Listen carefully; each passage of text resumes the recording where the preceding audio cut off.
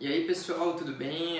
Seguindo as análises então das oitavas de final da Champions League, hoje, na terça-feira, no caso, a gente teve dois jogos interessantes entre Napoli, Barcelona e Chelsea e Bayern de Munique, mas até explicando para quem não viu, que eu comentei em algumas outras redes sociais, que eu vou fazer uma análise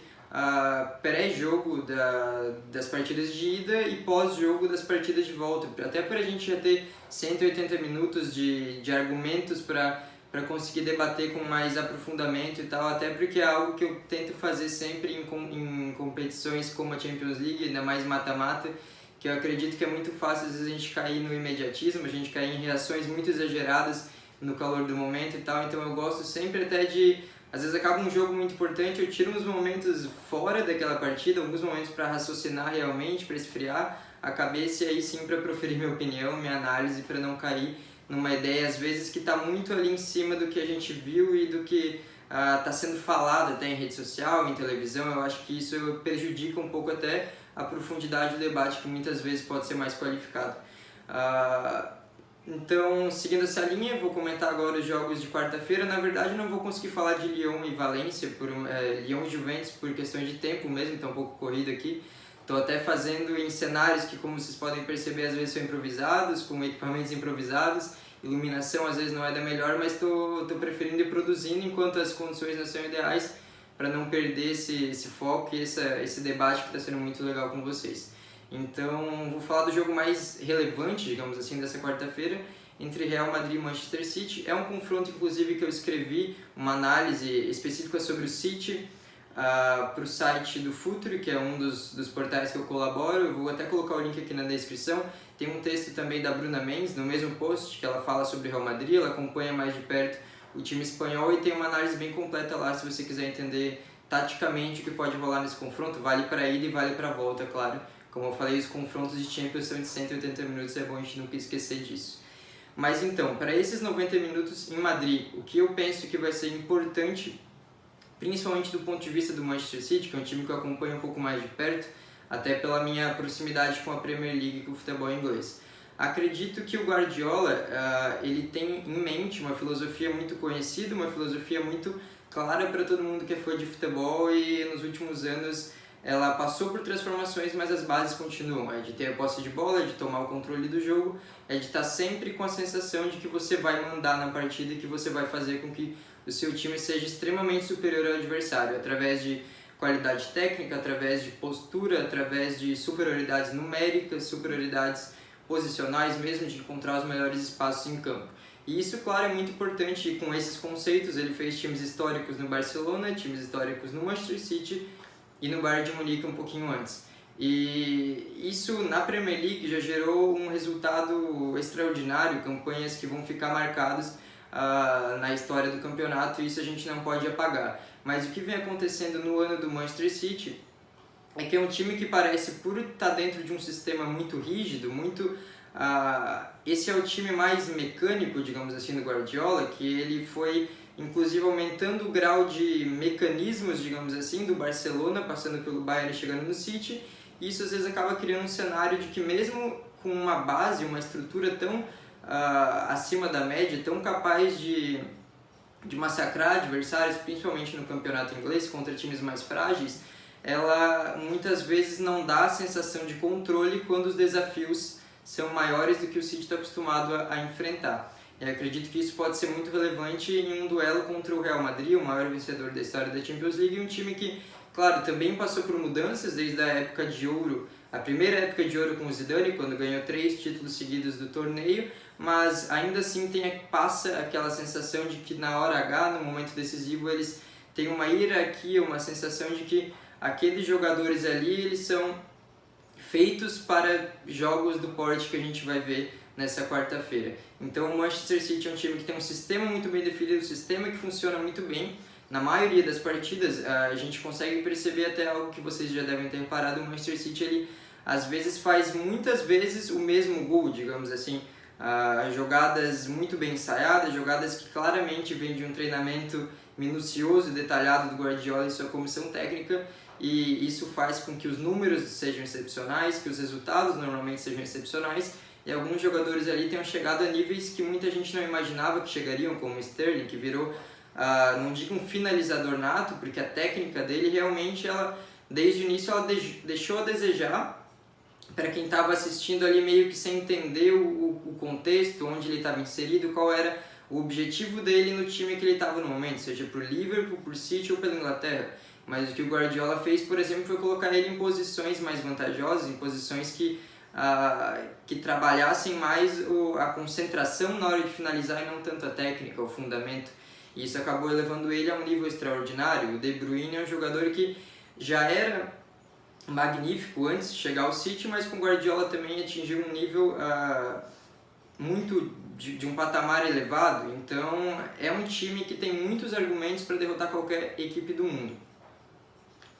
Mas o que acontece muitas vezes é que quando esse sistema não dá certo, ele demonstra sinais de fragilidade, os jogadores eles acabam passando uma sensação de frustração, uma sensação de não saber o que fazer fora do que estava combinado, digamos assim, pelo Guardiola. Ele é um treinador que ele passa muito para o time, ele passa muita informação, ele passa muito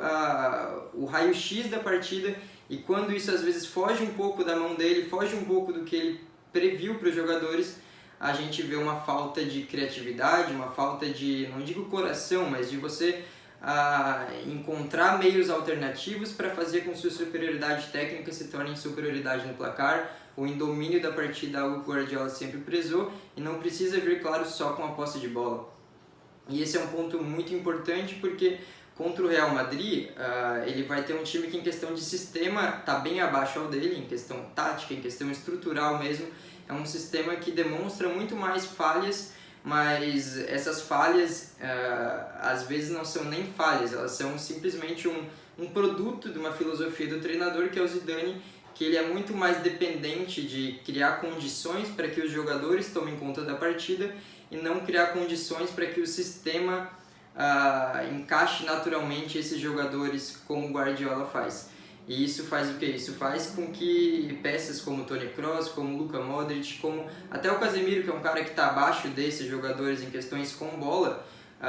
mas você tem laterais excepcionais também, você tem zagueiros de muito cacuete, eles acabem tomando a sensação de domínio da partida simplesmente por serem jogadores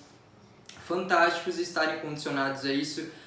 tecnicamente falando e psicologicamente falando. E isso gera um cenário que o City não está acostumado a enfrentar, que é um time, um adversário capaz de superar em posse de bola, em domínio técnico, em domínio dos momentos da partida. Então eu acredito que o Manchester City, que é um time que vem sofrendo muito com a transição defensiva, a gente observa uma pressão alta, que o Guardiola sempre prezou que ainda é eficiente em algumas partidas, mas ela já está mais fraca, e mesmo assim, mesmo se você consegue passar dessa primeira linha de pressão, você pega uma defesa muito exposta. É uma tônica em vários vídeos que eu falei aqui da Champions League, é algo que está acontecendo com muitas equipes, claro, então é algo até um pouco natural nesse momento, mas que o City sofre bastante. Ele está expondo seus defensores a situações que não são ideais, ele depende muito da famosa falta tática, que às vezes não é tão punida, digamos assim, então o City consegue passar um pouquinho debaixo do radar com ela. São faltas, um rodízio às vezes que acontece, para você fazer com que o seu adversário não tenha o contragolpe em condições ótimas, com um simples empurrão, um puxão de camisa, uma obstrução que às vezes não dá nenhum cartão amarelo. E isso é algo que o City faz muito, e quando ele não consegue, a gente vê um cenário de defensores que não estão preparados para lidar com muitos tipos de adversário, digamos assim. O Norwich foi um time que é o pior time dessa Premier League, é um time com várias deficiências técnicas, deficiências individuais, deficiências estruturais. Conseguiu se aproveitar desse espaço que o City deu com passes curtos, com um jogo mais elaborado. Já tem times como o Manchester United, por exemplo, que se aproveitou com um jogo mais direto, um jogo mais intenso, de dinâmica, mais de velocidade mesmo. Então você tem várias formas de se aproveitar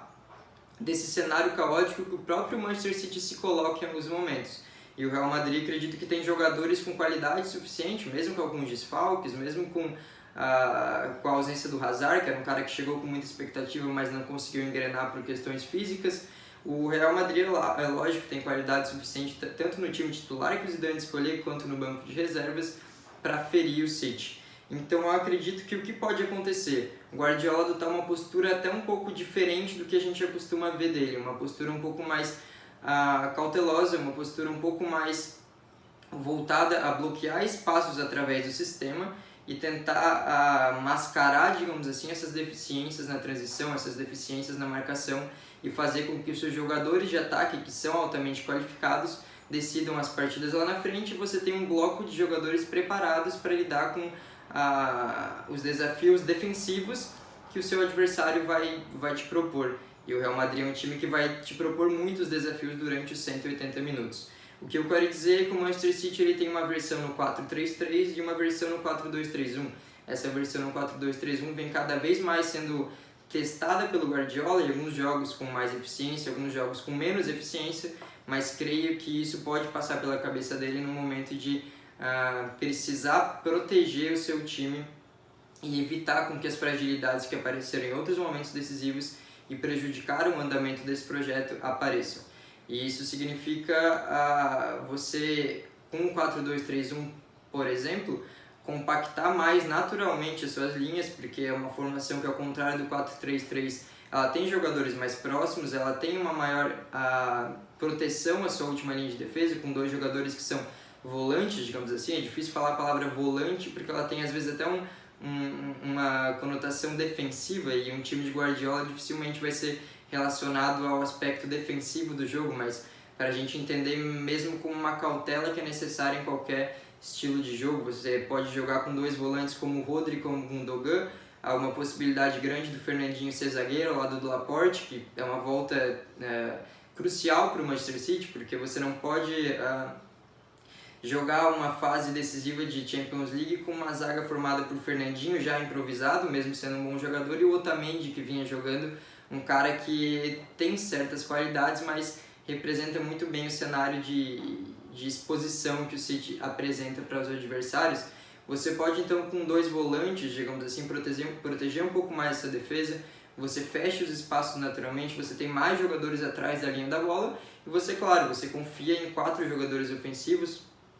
Claro que em alguns momentos vão ser mais, em alguns momentos vão ser menos, mas a grosso modo mesmo você tem jogadores de qualidade suficiente, como De Bruyne, como Mahrez, como Bernardo Silva, como Sérgio Agüero, qualidade suficiente para agredir lá na frente, e você tem uma proteção natural maior lá atrás. Então eu acredito que essa pode ser a intenção do Guardiola, pode ser uma visão dele para esse jogo especificamente, porque não vai ser a formação que ele vai usar durante 38 rodadas de um campeonato nacional, por exemplo.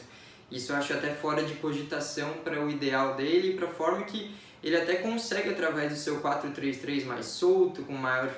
fluidez, digamos assim, no sentido ofensivo da coisa, ele dá conta do recado na maioria das vezes. É claro que essa temporada da Premier League é um pouco atípica para ele, uma distância enorme para o primeiro colocado, mas a gente não pode questionar um cara que é tão vencedor em ligas nacionais. Mas penso então que nesse cenário de mata-mata contra um time tão gigante, tão qualificado contra o Real Madrid, ele pode adotar sim uma mudança de postura, e fico muito ansioso então para entender se ele vai realmente insistir no que não vinha dando tão certo em partidas complicadas, aquele 4-3-3 que estava expondo muito a marcação, ou se ele vai realmente deixar um pouco de lado a sua versão mais agressiva, a sua versão mais solta, a sua versão mais conhecida, digamos assim,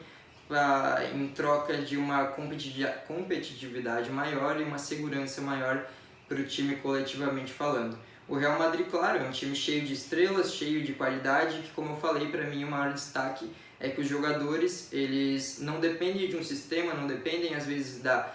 tática em si, dos artifícios que o treinador cria para eles. São caras que naturalmente se colocam sob o controle do jogo, encontram alternativas para momentos complicados da partida com uma facilidade incrível, e claro, a execução normalmente também é a mais próxima do perfeito que existiu nos últimos anos do futebol, desde aquele início da primeira era Zidane. Então uma partida espetacular, com dois ótimos times dos dois lados, e para mim não tem um favoritismo claro, mas sim duelos super interessantes para a gente abordar e para a gente debater. Peço então que deixe a opinião nos comentários e continue deixando aí a opinião de como está o canal, como estão os vídeos, sugestões para próximas pautas também. E é isso aí, se inscrevam, curtam, compartilhem e um abraço.